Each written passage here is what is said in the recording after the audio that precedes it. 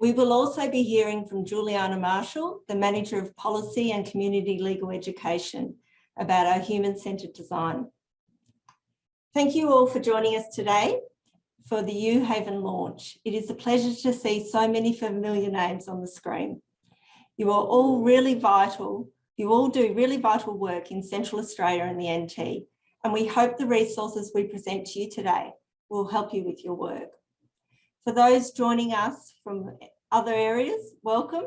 We are always keen to share our resources and project learnings with interstate colleagues.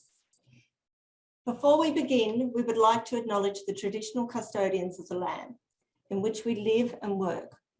Coles is based in Mabantua, Alice Springs and Tennant Creek, and we acknowledge the Aranda people and the Warramungu people, and we pay our respects to the elders past and present. We would also like to acknowledge the victim survivors of domestic and family violence and all of those who stand up against domestic and family violence. About Coles. At Coles, we strive to empower, to enable, to educate women and to improve access to a legal system so that their rights are considered, respected and prioritised.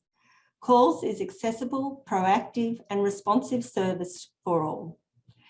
Coles delivers a trauma-informed, culturally safe wraparound service for women. We understand the legal issues and that they also come interconnected with non-legal issues, and we support clients as they navigate their way through these issues. Wraparound service delivery, including legal assistance and representation, court support, financial counselling, client support and referrals to other specialist organisations. Our core areas of practice are domestic and family and sexual violence, child protection, family law, and a broad civil practice, compensation, employment law, discrimination, medical negligence, and sexual harassment. Why are we here today?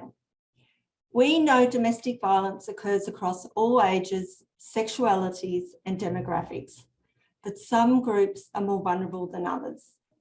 Young women, First Nations young women, and young LGBTIQ people are particularly at risk of violence perpetrated by intimate partners and family members.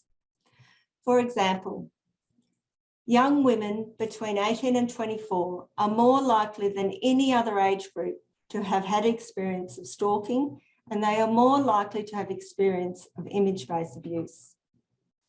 As you all know, the Northern Territory continues to experience the highest rates of domestic and family and sexual assault in Australia.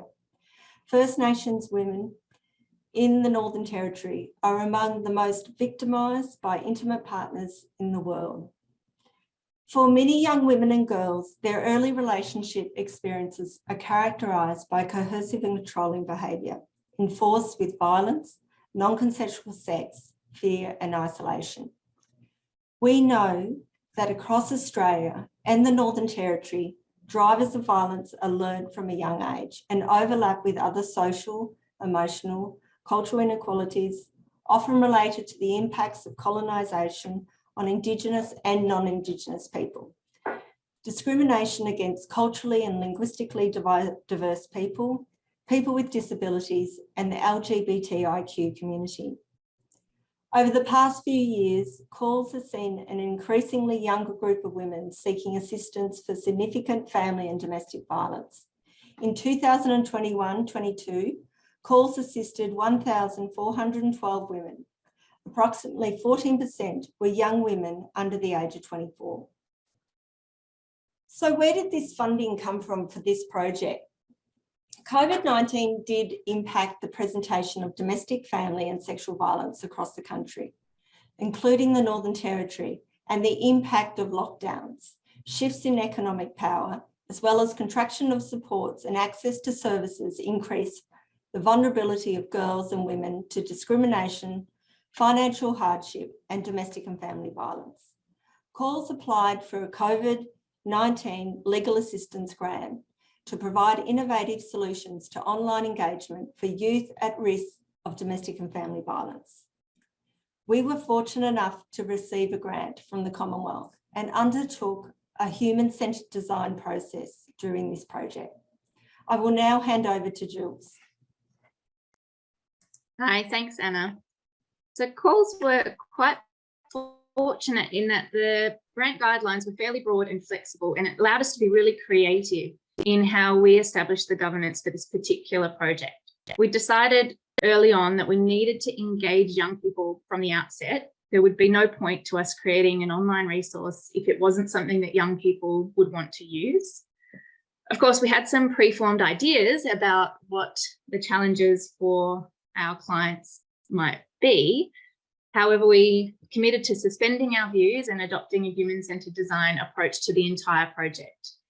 So for those of you unfamiliar with the concept, human-centered design it's a problem-solving technique, and it puts real people at the center of a development process to support either the creation of products or services that resonate and are tailored to the target audience's needs. It's an approach that builds on participatory action research, so it moves beyond involvement in simply identifying the problem or the challenge through to actually involvement in producing the solutions. Now, we'd already adopted some principles of human-centered design or co-design into our broader community legal education programs, but this was an opportunity to fully embrace the theory and ensure that young people were in the driver's seat of this project right from the very start, from defining the problem that we were stepping in to respond to. So we have actually produced a detailed report about the way in which we manage this process. We're not going to go into all the detail this morning, but Meg and I will flag some of the key steps taken in the design process and make a few comments about each stage, just to give you an idea of some of the work that's underpinning each stage of the project and the actual path to uHaven, before Meg will then provide a live demonstration of uHaven, the final product of this user design process.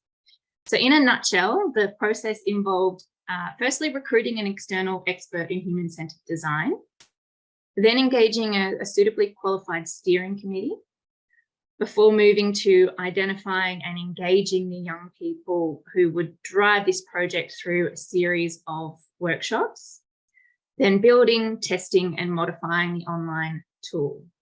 So the report that goes through each of these phases in detail will be publicly available, and it includes information around how we responded to considerations around safety, confidentiality, and well-being. It has a really detailed section on the analysis from each of the workshop series, setting out the findings and how we responded to those in between each workshop.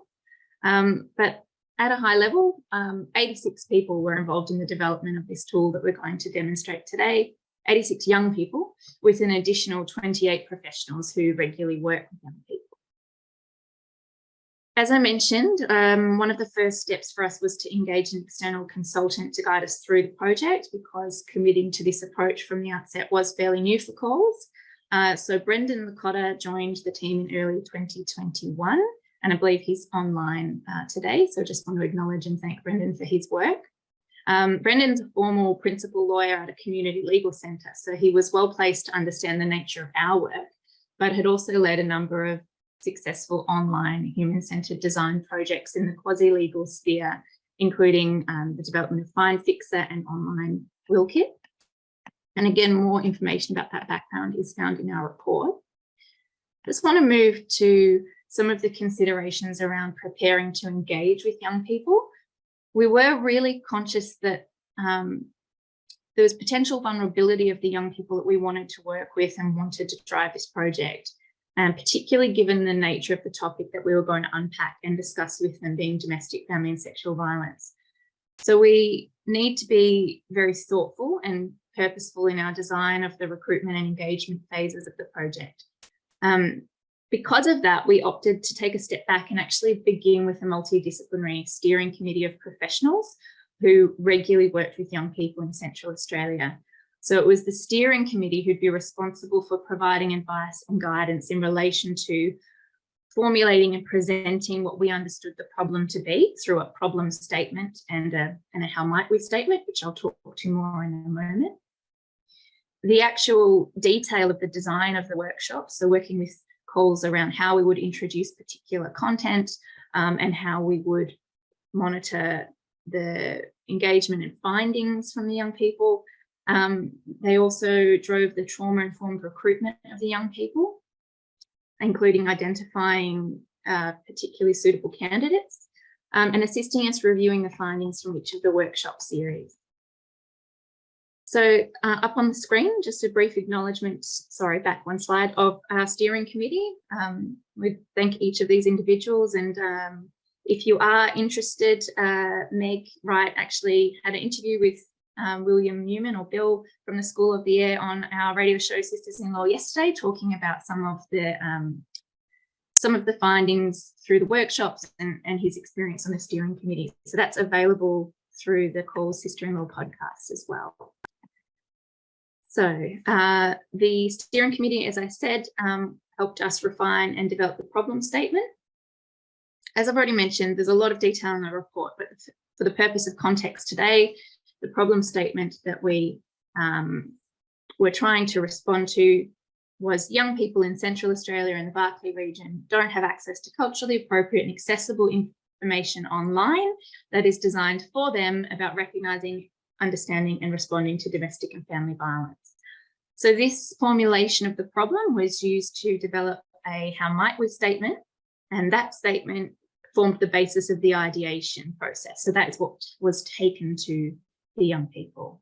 So how might we increase the capability and confidence of young people aged 15 to 25 in Central Australia and the Barkly region to recognise, understand and respond to domestic and family violence so that we can equip them to disrupt the cycle of violence and develop healthier relationships.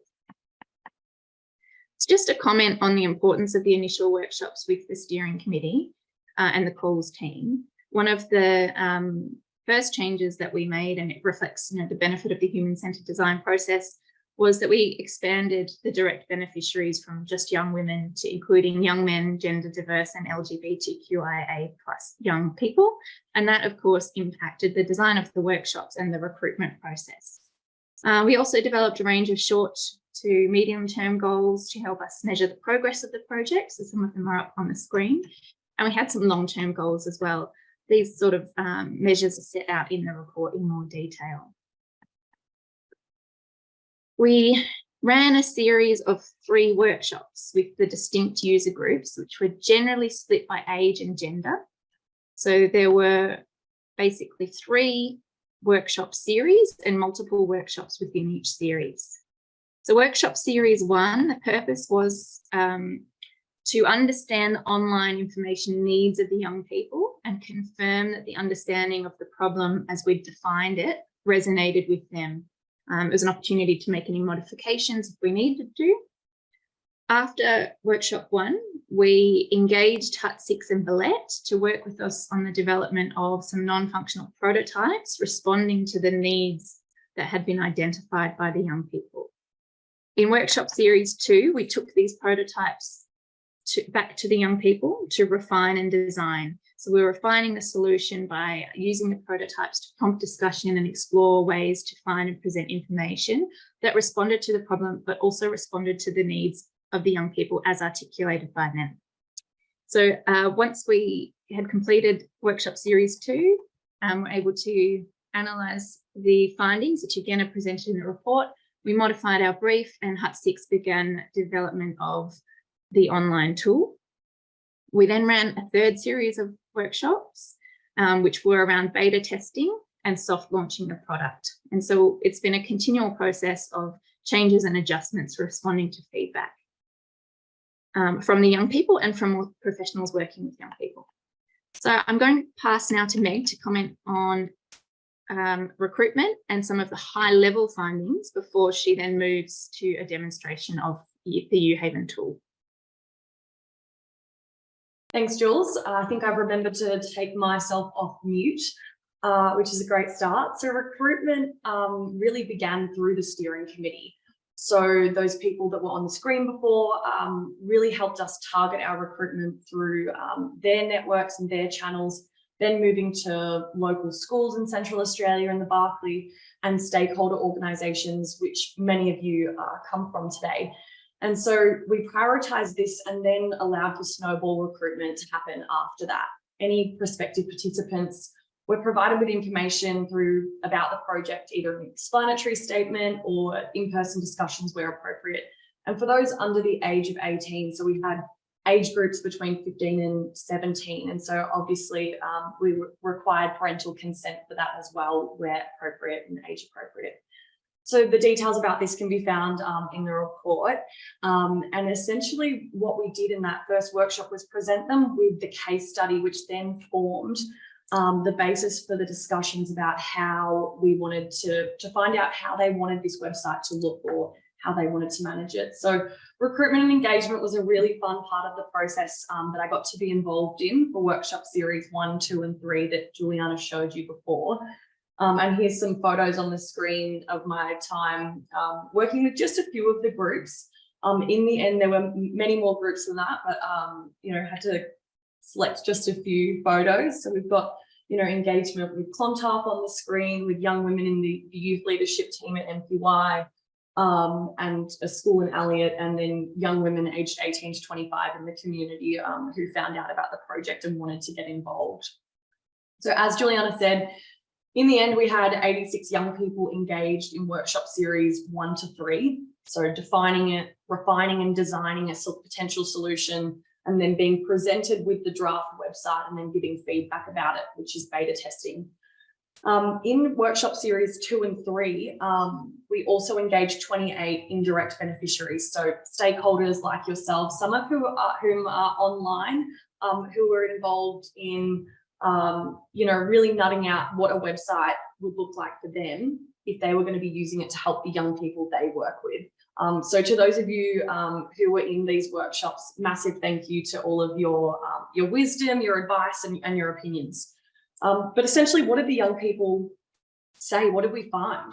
Although we had these diverse participant groups and such a vast range of young people from so many different backgrounds in Central Australia and the Barkly, what was fascinating to me in being able to do the thematic analysis at the end was seeing how similar what young people said was across all of the variety and diversity in their own experiences. So one of the first things they said to us in workshop series 1 was that they wanted to make sure that the website, yes, it was for young people, it was designed for them, but it was also using the young person's voice to explain to helpers and to trusted adults what they need in a response to domestic, family and sexual violence. So they identified to us in workshop 1 that they wanted to make sure that there was help for the helpers. If they turn to a trusted adult, they're going to get the right response. They also wanted tailored information. They didn't want to go online and scroll for ages to figure out what information was relevant to them and to pick that out. They actually wanted to plug in data to the website in an anonymous and confidential way that then would tell them what parts of the website they should look at. They also wanted the whole website to drive them to connect with in-person services or telephone services, so things like 1-800-RESPECT. So even though they wanted the website to contain useful information about domestic, family and sexual violence, they ultimately wanted it to be a pathway to getting other help. They knew that the website couldn't be the end of the help. It had to be kind of the beginning pathway. Young people also told us that they wanted the website to focus on positive steps, to use strength-based information, and that we couldn't talk about domestic, family and sexual violence without first talking about healthy relationships. So making sure that that information was also available on the site. They wanted it to be gentle. They wanted the imagery and the language to be friendly and non-gendered, and to feel like when they landed, they were landing in a safe space.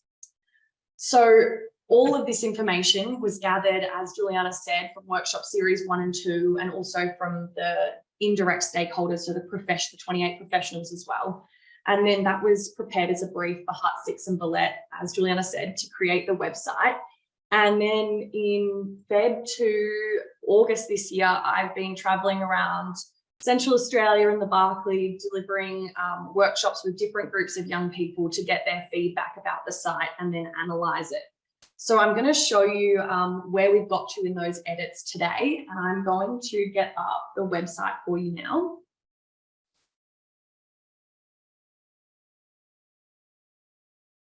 So can I just get a thumbs up if we've got the right screen up? You can see the website. Awesome, great. Good to know text on our side today. So essentially this is the landing page. So this is where the product is at the moment, and we've really tried to make sure that everything throughout the feedback that the young people have given us has led the direction of the right through to the design. As I've said, soft landing page, gentle colors, non-gendered imagery, and no language immediately talking about domestic and family violence when you land.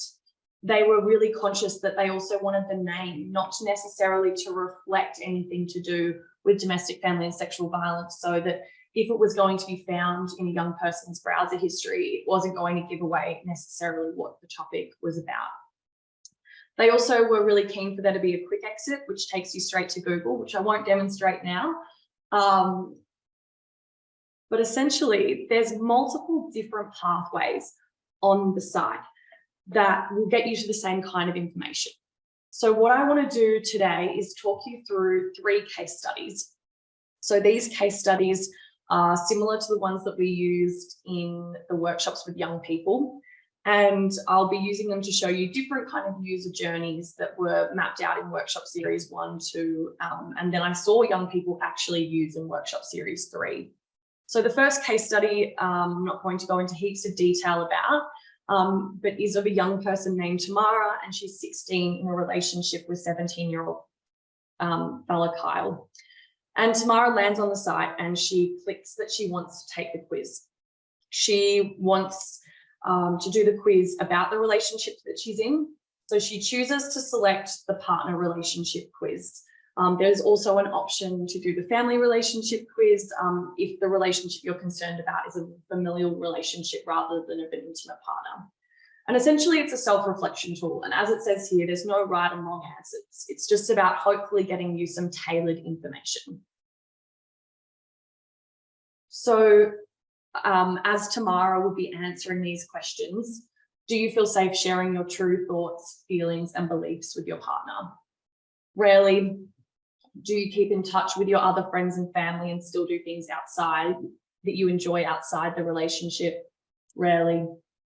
Is your partner ever verbally aggressive towards you, including swearing and yelling? Never. Does your partner ask for money or control the way you spend it? Sometimes. Is your partner physically violent towards you? Never.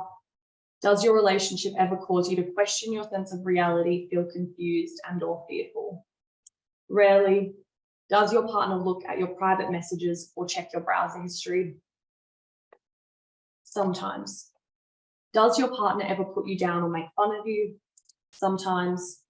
Does your partner ever want you to watch or do sexual activities that make you uncomfortable? Never.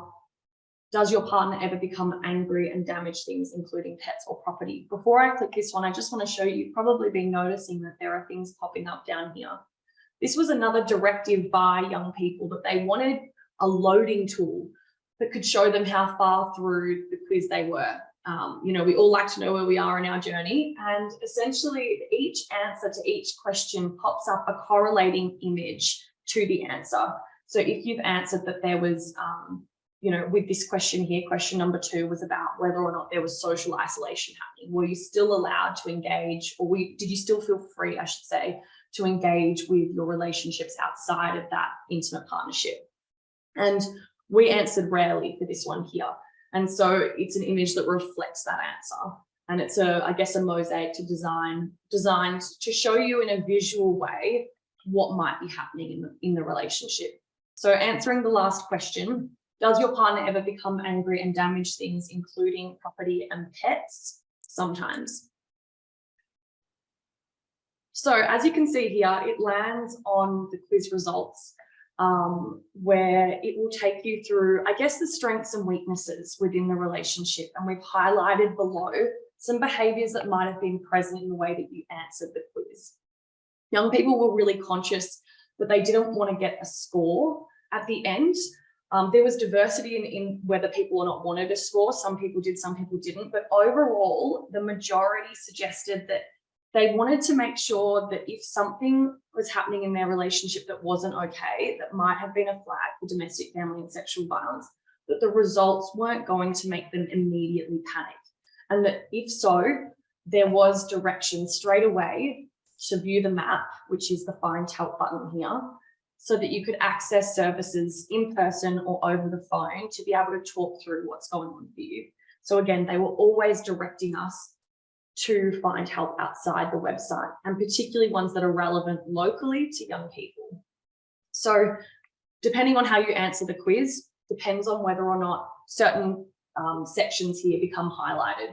So as you can see here, sexual consent might not have been an issue, but stalking and intimidation or social abuse or technology abuse might be something that you need to look further into.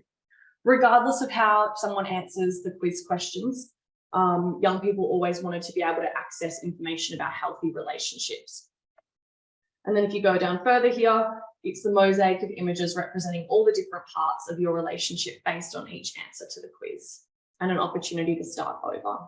So I'm going to go up again and show you here what would happen, maybe say if Tamara clicked on the emotional, psychological and spiritual abuse page. And one of the things that we were really conscious of when we were doing this project as well, you know, throughout, with the involvement of the steering committee, with Brendan, but also with the way that we wanted the wording to work on the page and how it would sound, we engaged the external copywriter, Charlotte, who might be online today. And I guess together with her knowledge about working with young people from very diverse settings, and it combined with our knowledge and our, I guess, content expertise, we wanted to come up with the right language. And young people were really clear about how much content and wording they wanted on the site. They really wanted minimal information. They didn't want to have to feel like there was a lot to get through. And they wanted it to follow the same kind of layout on each page. So initially beginning with the definition, then leading into examples, and then immediately leading into where you can get help locally. And so this is mapped out on all of the other different pages here too. So when we're looking at other things that are popping up, they'll follow this same format. Then again, another directive to the Find Help button, but also to the national helplines. So I'm going to take you through the website again. We're doing case study number 2. So this is another person's user journey. Let's say they're a professional who's working with Tamara. It might even be someone like yourself. And you know you've got an appointment with her coming up. And so before you have the appointment with Tamara, you want to brush up on some information. You want to make sure you're feeling prepared and that the appointment goes well. So you land on the page. The first thing you might do is, knowing that you've got a suspicion that potentially there's domestic and family violence in the relationship, you want to maybe double check your mandatory reporting information and make sure that you have a clear understanding of this. So trying to make sure that although this is a legal tool, or sorry, a law, that the way that it's written and discussed here is accessible and be able to be understood by any professional, not just somebody within the law. Then, because you also know that Tamara is 16, you want to make sure that you've brushed up on your mandatory reporting for children. And making sure that you're aware of all of that kind of information and where to go if you need to get help figuring out mandatory reporting. The next thing that you want to do is touch on how you want to start this conversation. So we've got some videos on here about some recommendations when you're starting a conversation, but also making sure that all of the content on the website is aligned with RAMP. So here in the Northern Territory, we use the risk assessment and management framework, and it sets out your role and your responsibility, whether you're a generalist or a specialist service. And so this is our contribution to making sure that all of the information that we're sharing as well helps keep us all on the same page and allows us to work really well together and to be using the same kind of language. This is another thing that we engaged Bullet and Hut 6 with as well, was creating some really strength-based cartoons that young people wanted to see positive kind of role modeling of these conversations, whether they be around consent or asking a friend for help and helping to destigmatize that process. So they're included on the website as well. Back to the professional who's helping Tamara. Maybe you even decide that you want to do the quiz with her in the appointment. And so this might mean that although you saw the quiz for the partner relationship is very much, the language is about the person who's in the relationship, the quiz can be done as if you were a bystander as well. And the quiz can be done alongside a young person if you're wanting to help gauge where things are at for them. And it might help make the conversation easier. Now, this person doesn't necessarily have to be a professional either. This could be an auntie, a mum, uncle, or a sports teacher, or anyone that's a trusted adult that needs guidance on helping this young person. So for the final case study, I will use the young person named Steph. She's best friends with Tamara and they go to Centralia and Sydney College together, and she's started to notice changes in her best friend. She's becoming more withdrawn and anxious, and she jumps on uHaven for a bit more information.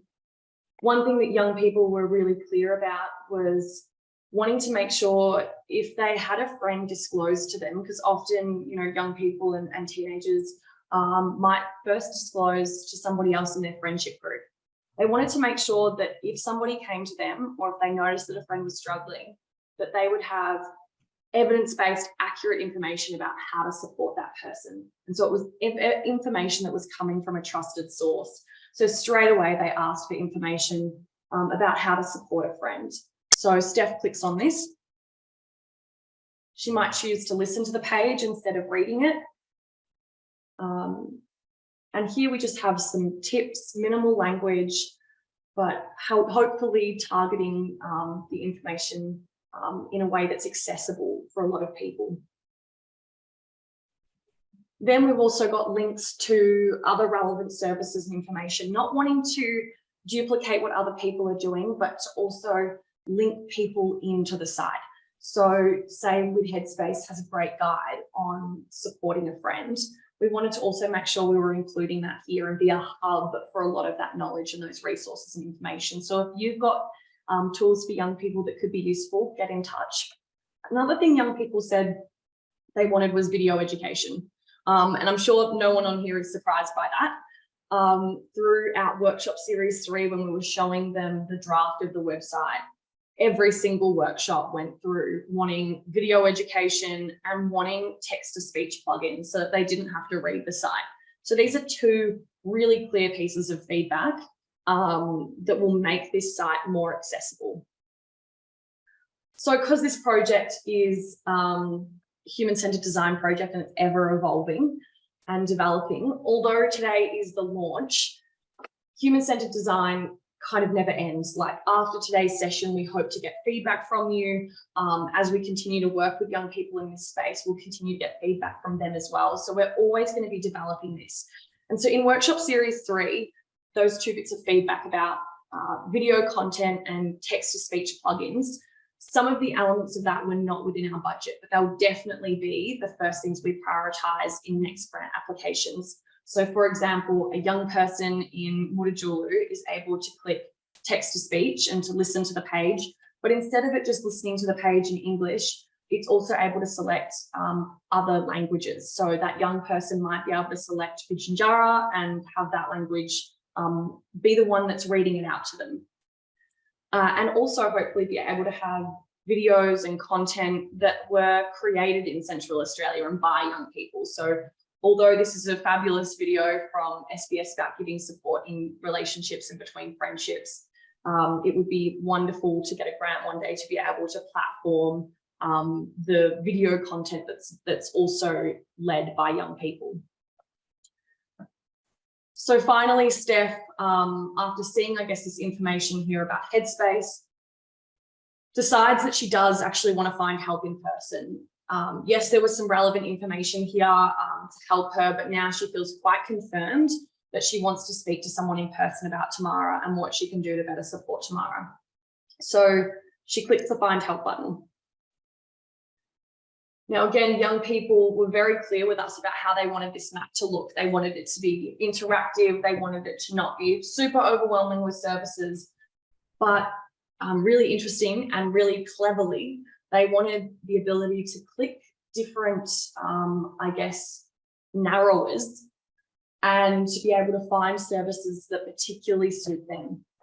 So if Steph wants an appointment, and potentially if she identifies as First Nations, or maybe if she wants to talk to someone on the telephone. So she's decided that actually she doesn't want to see anyone in person, changes what pops up here.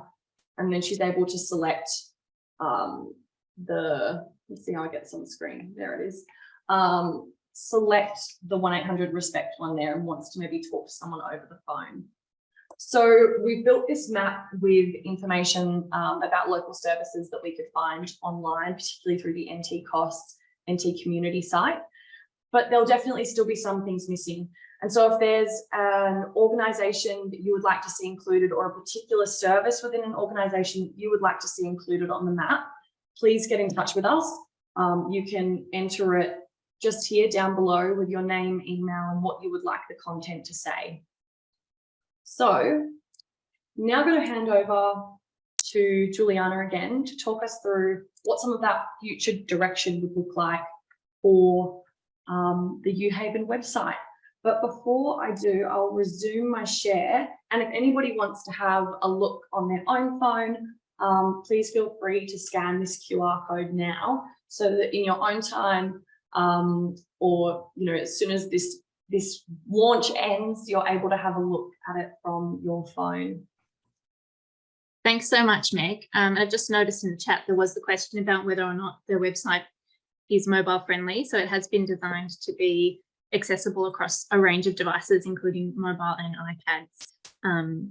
And we tested this in Workshop Series 3 as well. So we think we've ironed out most of the bugs, but again, please get in touch with any feedback. So as you can see, there's a lot of work taken to translate what the young people told us they wanted into a tangible product.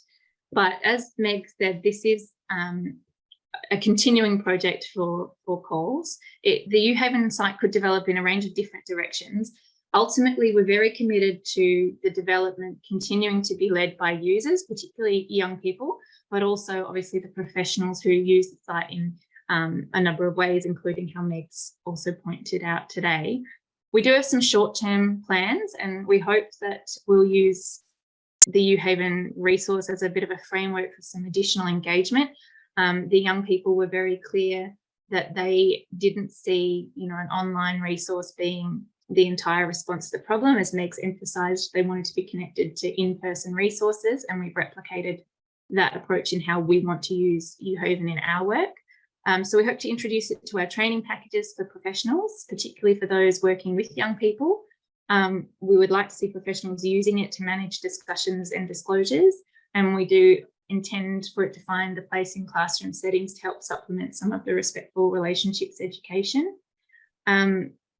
We have a number of pieces of feedback through the design process that we haven't been able to action yet because they're subject to further funding. But we'll be looking for opportunities to obtain some funding so that we can make those enhancements. So, for example, having the voiceover available in multiple languages, creating some video or animated content in the style of uHaven, and expanding the nature of the quiz section to respond to more particular issues or presentations. But we'll be continuing to look at feedback. Sorry, another area, and it's relevant to something that was asked in the chat about referrals. There was some feedback in some of the workshops about automating the referral process and making sure that the connection from online to in-person was as streamlined as possible. Again, that's something that we hope to look to in the future. And we will be very readily open to feedback. So you can get in touch with calls in a number of ways, including the text box that Meg's already shown you. But of course, we work with many of your organisations on a day-to-day basis, and we look forward to hearing from you about how you're able to use this resource in your day-to-day work. I'm now just going to hand over to Anna, our CEO, to close the session. Oh, thanks, Jules, and thanks, Meg. We are really grateful for the time that each of the 86 young participants gave to the project, as well as the 28 professionals who helped guide the process and test the product. I would also like to thank Brendan Lakota Consulting as the project lead and Billette and Hut 6 for their creative work completed for the website. We hope that you will find this resource useful in your work with young people and are excited to receive your feedback, suggestions and ideas for the future. Thank you, everyone. We are now finished and have a good day.